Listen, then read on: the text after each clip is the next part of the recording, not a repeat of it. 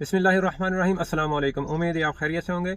जैसे कि आपको मालूम है कि किस्तों पर सामान लेना हर आदमी की तकरीबन दुनिया में मजबूरी बनती जा रही है, क्योंकि जो गरीब लोग होते हैं वो किस्तों को पर सामान लेने को तरजीह देते हैं और कुछ वैसे शौक से लेते हैं, चलो आस्ते आस्ते थोड़े थोड़े पैसे देते रहेंगे। तो इसी तरह सऊदी अरब में भी काफ़ी अरसे से ये अजनबियों को अभी सहूलत मिलना शुरू हो गई है कि ताबी तुम्हारा जब से आया तो अजनबी कोई भी चीज़ किस्तों पर ले सकते हैं। अभी इन्होंने जो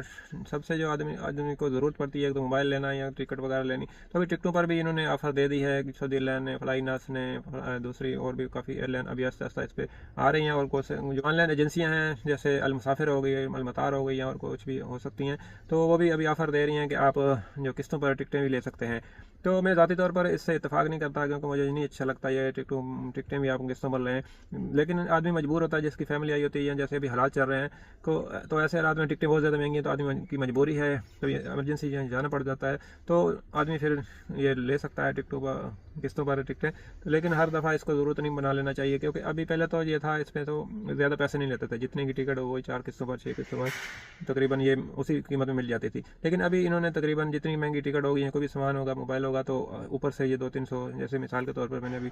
पिछले दिनों में एक तमीन की थी, तो 2700 की तमीन बन रही थी कार की, तो जो पेमेंट उन्होंने लिए 3000 थी, यानी कि 300 रियाल उन्होंने ज़्यादा लिया था अभी तुम्हारा ने। तो अभी ये इन्होंने इस पर भी ज़्यादा पैसे कर दिए हैं, तो आप कोशिश करें अक्टूबर लें। लेकिन अगर आपकी फैमिली वगैरह आई हुई है तो आपने टिकटें बहुत ज़्यादा महंगी जैसे अभी चल रही हैं, तो आपने मजबूरी है लेना, या किसी और मजबूरी की सूरत में आपको अचानक घर जाना पड़ सकता है, तो फिर आप ले सकते हैं। तो मैं इसके आज की वीडियो में इसके फ़ायदे और नुकसान बताना चाहूँगा, तो आपने वीडियो पूरी देखनी है फिर, ताकि आपको बाद में कोई परेशानी ना हो। तो इसका फ़ायदा यही है कि आदमी मजबूरी की सूरत में ये किस्तों पर कोई भी चीज़ या टिकटें ले लेता है और चला जाता है मुल्क में। अभी इसका लोग मिसयूज़ भी करेंगे, जिन्होंने वापस नहीं आना वो भी इसको लेके जाएंगे और वापस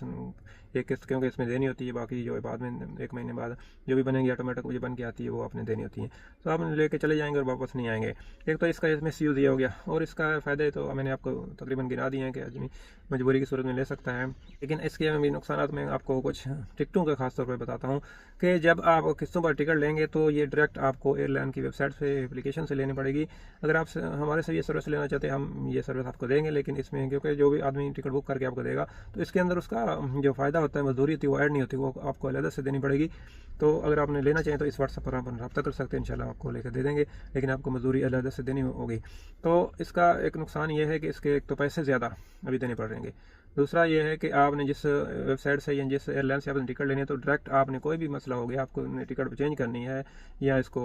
रिफंड करना है या कोई भी यानी कि प्रॉब्लम हो गया, तो आप या तो डायरेक्ट एयरलाइन के दफ्तर जाना पड़ेगा आपको, जैसे सऊदी एयरलाइन का दफ्तर है, फ्लाईनास का, या और कोई एयर अरेबिया का, कहीं बड़े बड़े शहरों में है, तो आपने डायरेक्ट एक तो वहाँ पर जाके लेना, या दूसरा सूरत में आप कहाँ से इसको चेंज करवाएंगे या रिफ़ंड कराएंगे। दूसरा आप जो है ऑनलाइन इसको करेंगे, अगर आप टिकट चेंज करनी है तो ऑनलाइन भी काफ़ी हो जाता है, लेकिन कभी कभार नहीं होता ऑनलाइन, तो फिर आपने क्या करना है, फिर आप बोलेंगे कि आपने टिकट करके दी, आप इसको रिफ़ंड या चेंज करा के दें। तो जो जिस बंदे ने, क्योंकि जो मोबाइल नंबर दिया जाता है या ईमेल दी जाती है तो उसी आदमी की दी जाती है जिसका जो है अकाउंट बना होता है तुम्हारा, या जिसकी टिकट बुक हो रही है। तो आप जो है किसी और का कार्ड भी यूज़ कर सकते हैं इसमें, लेकिन फिर वही है कि अगर ये मिस यूज़ हो जाएगा, आप दोबारा उस बंदे को पेमेंट नहीं देंगे, पैसे नहीं देंगे, तो वो बेचारा फंस जाएगा और उसका कार्ड भी बार बार डिक्लाइन होगा। जब पेमेंट वक्त पर नहीं करेंगे तो फिर भी इसका फ़ाइन आता है, जुर्माना आता है, तभी तुम्हारे वाले जुर्माना कर देते हैं। तो अगर एक तो इसकी टिकट बहुत महंगी मिलेगी, और अगर आप अल मुसाफिर वगैरह से लेंगे तो फिर वो अपनी सर्विस चार्ज भी इसमें ऐड कर देते हैं, तकरीबन 80 रियाल से 100 रियाल अलग सर्विस चार्ज होते हैं, प्लस आपने जितनी टिकट है वो 200-300 तभी तुम्हारा भी वाले लेंगे, तो आप देखें तो तकरीबन 300 से ऊपर आपको एक्स्ट्रा देने पड़ेंगे। लेकिन मजबूरी में आदमी सोचता चलो हम दे देंगे, लेकिन एक सबसे बड़ा नुकसान ये है कि आप जो है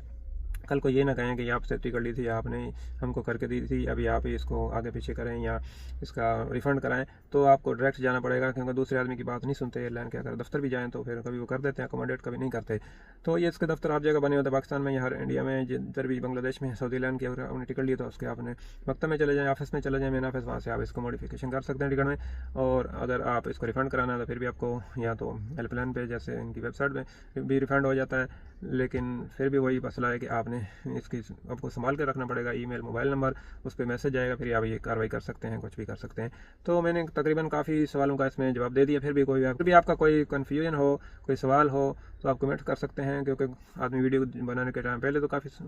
याद होते हैं, तो फिर भी कोई ना कोई भूल जाता है, तो आप पूछ सकते हैं। तो उम्मीद है वीडियो आपको पसंद आएगी। मिलेंगे किसी नेक्स्ट वीडियो में। आपकी शुक्रिया। अस्सलाम वालेकुम।